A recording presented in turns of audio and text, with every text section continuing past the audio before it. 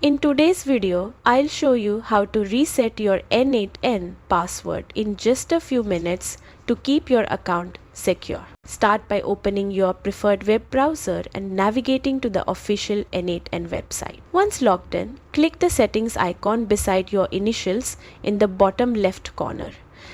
This opens your account management menu. Next, move to the security section and select Change Password. You'll be prompted to enter your current password first. This confirms your identity.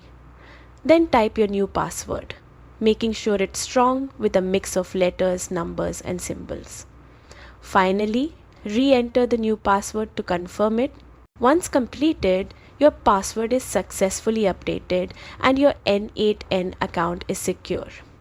Regular updates like this help protect your digital workspace. Thanks for watching, and don't forget to like and subscribe for more quick tutorials.